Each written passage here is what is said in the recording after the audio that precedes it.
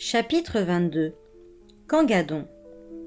Nous nous apprêtâmes à quitter Valcarqui sur de bonnes montures, ferrées à la manière des Cobalos, ce qui leur permettait de marcher plus facilement dans la neige. Nos sacs de sel contenaient du grain pour nourrir les chevaux et assez d'ochets pour parer à toute situation d'urgence. Nous emportons également des provisions de voyage. Nous ne vîmes pas la sorcière, fidèle à sa parole. Elle avait quitté la cité en secret et chevauchait déjà loin devant.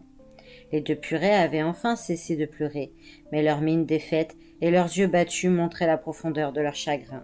Je ne comprendrai jamais la faiblesse d'esprit des humains. Ce qui était fait, à quoi bon se tourmenter ainsi? Alors que j'approchais de la porte, tirant mon cheval par la bride, le haut mage Balquet, le plus âgé du triumvirat, me salua avec aigreur. Il se montrait mauvais perdant. Je connaissais son animosité envers les mages de Hesda, qui travaillaient seuls, loin de la cité, échappant ainsi à son contrôle. Il s'avança pour me chuchoter à l'oreille de sorte que les gardes ne puissent l'entendre.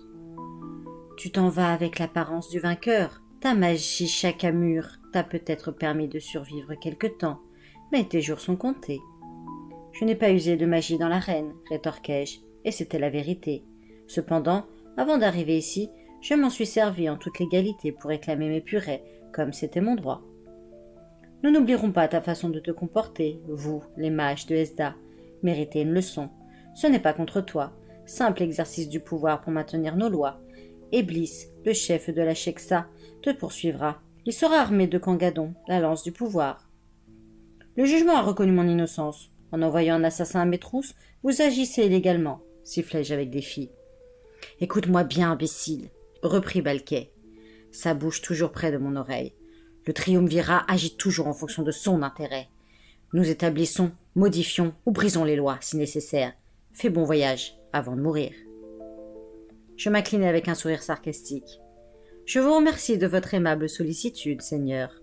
Lorsque j'aurai tué Eblis, je suspendrai sa vilaine tête à la plus haute branche de mon Gambala. C'est le début du printemps dans Maesda, et les corbeaux seront affamés. Les yeux sont leurs mets favoris. Sans lui accorder un regard de plus, je me mis en selle, et en menant Nessa et Briony, je m'éloignai de la cité. Je sentais le regard du hommage dans mon dos. Il bouillait de colère, et son exaspération me réchauffait le cœur. À dire vrai, j'avais espéré entamer ce voyage baigné dans un esprit de bienveillance, ayant rejeté loin de mes pensées les aspects déplaisants de mon séjour ici. Mais Balquet n'avait visiblement pas renoncé à mettre fin à ma vie. Eblis était le chef et le plus redoutable des assassins Shexa. On l'avait surnommé celui qui ne peut être vaincu. La confrérie augmentait ses connaissances chaque fois que l'un de ses membres mourait au combat, car les derniers pensées de la Gaulisan leur transmettaient les raisons de son échec. Quelques-uns avaient sans doute également analysé mon comportement dans l'arène. Ils connaissaient à présent mes tactiques et y avaient détecté les failles, dont j'étais moi-même inconscient, qu'ils comptaient exploiter. À l'aide d'un sort redoutable, ils avaient créé une arme mortelle, Cangadon, également appelée la lance du pouvoir, ou celui qui ne peut se rompre, ou encore la tueuse de rois, car elle fut utilisée pour abattre le dernier roi de Valcarqui, dont les formidables défenses magiques s'étaient révélées impuissantes à le protéger. Beaucoup de rumeurs couraient à propos de cette arme, mais personne ne l'avait jamais vue, et encore moins en action, sinon les membres du Shexa. N'ayant d'autre choix que d'affronter la menace quand elle surgirait, je chassai la question de mon esprit et emmenai les deux sœurs vers le sud. Je ferai tout pour tenir ma promesse et remettre la plus jeune aux mains de son oncle et de sa tante. Il était inutile d'alarmer les filles en leur parlant de ce nouveau danger. Si je mourais avant d'avoir accompli ma mission, elle serait ramenée à Valcarqui, soit pour être mangée, soit pour connaître une vie d'esclave. Le vent qui soufflait du sud nous apportait des bouffées de printemps. Le 5e jour, nous entrâmes dans une forêt de hauts pins et d'arbres à feuilles caduques qui bourgeonnaient déjà d'un vert tendre. Le soir approchant, nous installâmes notre campement et j'eus bientôt allumé un feu. J'y fis chauffer une soupe pour les purées, dont le fumet monta dans l'air frisquet. Les filles semblaient calmes et plongées dans leurs pensées. Je laissai donc Nessa remuer le bouillon sous les yeux affamés de Briony et partis chasser. Mais j'avais besoin de sang et de viande crue. Des touffes d'herbe pointaient à travers la fine couche de neige qui recouvrait le sol. Néanmoins, elle était encore suffisante pour conserver des traces fraîches. Je flairai une proie, et mon ventre gronda de faim. C'était une anchiette adulte, aussi longue que mes bras. Elle s'était enfouie dans son terrier, mais celui-ci, peu profond, ne lui offrait guère de protection. Je la saisis par la queue. Son sang était doux et chaud, et je bus tout mon soûl avant d'arracher la chair délicate de ses côtes. Finalement, je broyais sous mes dents ces os succulents. Ma faim à peu près apaisée, je revins sur mes pas. Je remarquai alors un curieux motif sur le tronc d'un arbre. Il avait été gravé récemment dans l'écorce. Je l'examinai avec attention, suivant le dessin du bout du doigt. Il évoquait une paire de ciseaux.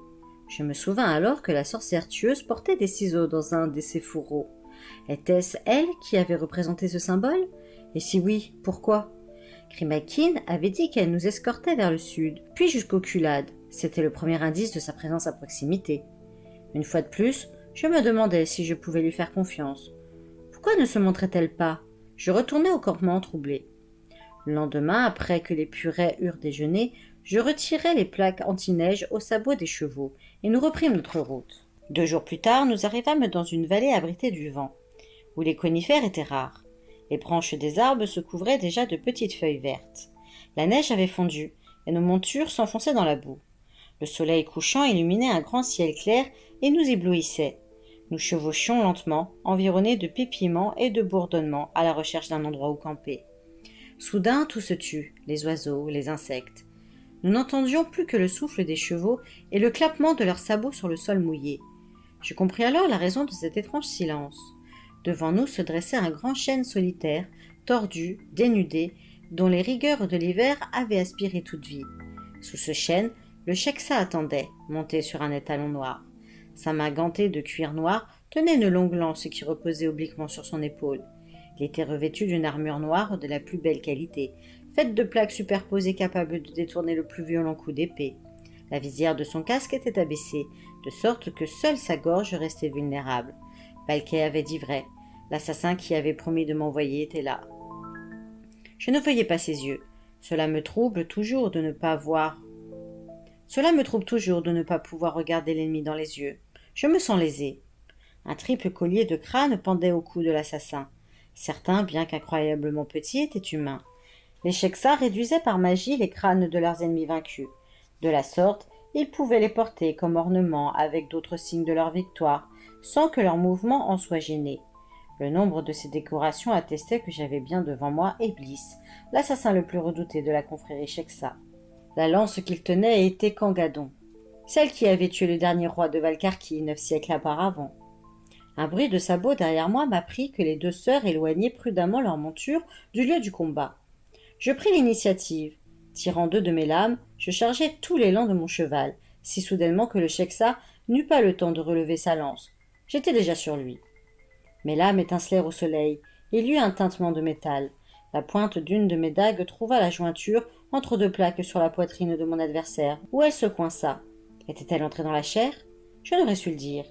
Mais mon autre poignard se fracassa contre l'armure, et je laissai tomber le pommeau de l'arme brisée. Je fis virer ma monture pour réattaquer et tirer mon sabre. Cette fois, je n'avais plus l'avantage de la surprise. Ebli lança son cheval, la pointe acérée de la lance visant mon cœur. Je l'esquivai, mais cet écart m'empêcha de frapper. Nous effectuâmes tous 2 un mouvement tournant avant de galoper l'un vers l'autre. La boue jaillissait sous les sabots de nos bêtes. L'assassin tenait sa lance à l'horizontale. De toute la force de mon esprit, je créai un bouclier identique à celui qui avait écarté les griffes du hibbe. Il étincela dans l'air, pas plus large que ma paume, et je le positionnai avec précision, de sorte que la lance, en dépit de ses propriétés magiques, soit écartée. Or, juste avant l'impact, je sus soudain comment Ebli avait jadis vaincu le roi Valcarki. Le roi avait sans aucun doute utilisé un bouclier magique encore plus puissant que le mien, mais à l'ultime instant, il avait dû reconnaître le véritable pouvoir de Kangadon. Rien ne pouvait le détourner de sa cible. Il en fut ainsi. La pointe de la lance traversa mon bouclier comme un couteau entre dans une motte de beurre, cherchant mon cœur. J'étais à une fraction de seconde de la mort. Il ne me restait qu'une chose à tenter. Si je ne pouvais détourner Kangadon, je devais l'éviter. Je pivotai sur ma selle, et l'arme me manqua de l'épaisseur d'une aile de papillon. Je sautai à terre, me mis en boule et roulai à l'écart. Le sol imbibé d'eau, à cause de la fonte des neiges, absorba le choc. J'en eus tout de même le souffle coupé. Le sabre m'échappa des mains. Tandis que mon mortel adversaire virait pour lancer une nouvelle charge, je réussis à m'asseoir, encore étourdi. Ebli fonçait sur moi. Cette fois, la pointe de Kangadon trouverait infailliblement mon cœur. Je crus ma fin arriver. Je perçus alors un bruit de galopade, et un souffle d'air me frôla. Un cheval blanc, monté par je ne savais qui, s'interposa entre l'assassin et moi. Ils se heurtèrent avec violence. Le cheval blanc hennit et bascula sur le flanc. éjectant son cavalier, qui virevolta, telle une poupée de chiffon. Avant qu'il ait touché le sol, j'entreaperçus son visage. C'était Nessa. Elle avait tenté de me sauver et en payait le prix. Sa monture hennit de nouveau et se remit sur ses pattes. Nessa, elle, gisait face contre terre, inerte. Au moins sa mort avait-elle été instantanée, infiniment préférable à celle qu'elle aurait connue aux mains du Sheiksa après ma défaite. Des 3 sœurs, c'était la plus chanceuse. La mort fauve, qui vous brûlait les chairs de l'intérieur, était rapide mais horriblement douloureuse. Je compris que je ne tiendrais pas la promesse faite au vieux roller. Dès que je serais mort, l'assassin égorgerait la plus jeune de ses filles. Elle connaîtrait la même fin cruelle que celle qui lui était promise dans la tour. Je n'avais su que retarder l'inévitable.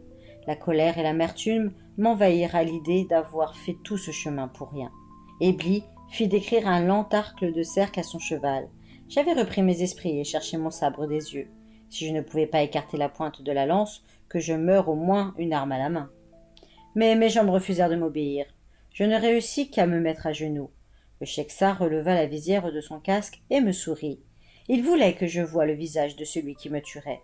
Je ne gaspillais pas ma salive pour lui parler et conservais une expression impassible. Pourtant, je bouillais intérieurement en pesant que Balquet aurait ce qu'il voulait. J'avais prouvé mon bon droit dans l'arène. En m'envoyant cet assassin, il se déshonorait. Il était sans scrupules, corrompu jusqu'à la moelle. Tout en me sachant perdu, je voulus reprendre mon sabre. Je ferai en sorte de blesser Ebli avant qu'il n'oublie jamais notre affrontement. Il faut bien mourir un jour et tomber sous la main du plus grand des assassins Sheiksa, celui qui ne peut être vaincu, était une mort valeureuse. Il chargea. Je pivotai une nouvelle fois, mais la pointe de la lance me perça l'épaule droite. Ebli la releva violemment, ce qui me remit sur mes pieds. J'étais sans défense, tel un poisson au bout d'un harpon, et la douleur était insoutenable.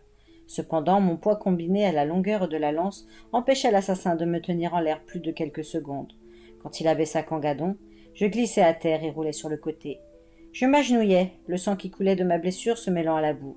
J'étais peut-être vaincu, mais je refusais d'abandonner. Je rampais vers le sabre. Il était presque hors de portée. D'un instant à l'autre, Ebli me transpercerait, et cette fois, la lance me transpercerait le cœur. Me traînant péniblement, je gardai les yeux fixés sur l'assassin. Il m'observait, mais y retenait sa monture. Tout était calme et silencieux. Il me semblait alors que ce n'était pas moi qu'il regardait. Je risquai un coup d'œil par-dessus mon épaule. Je découvris derrière moi une mince silhouette, chevauchant un étalon aussi noir et musculeux que celui d'Ebli. Ce cavalier était une Pura. C'était Grimalkin, la sorcière tueuse.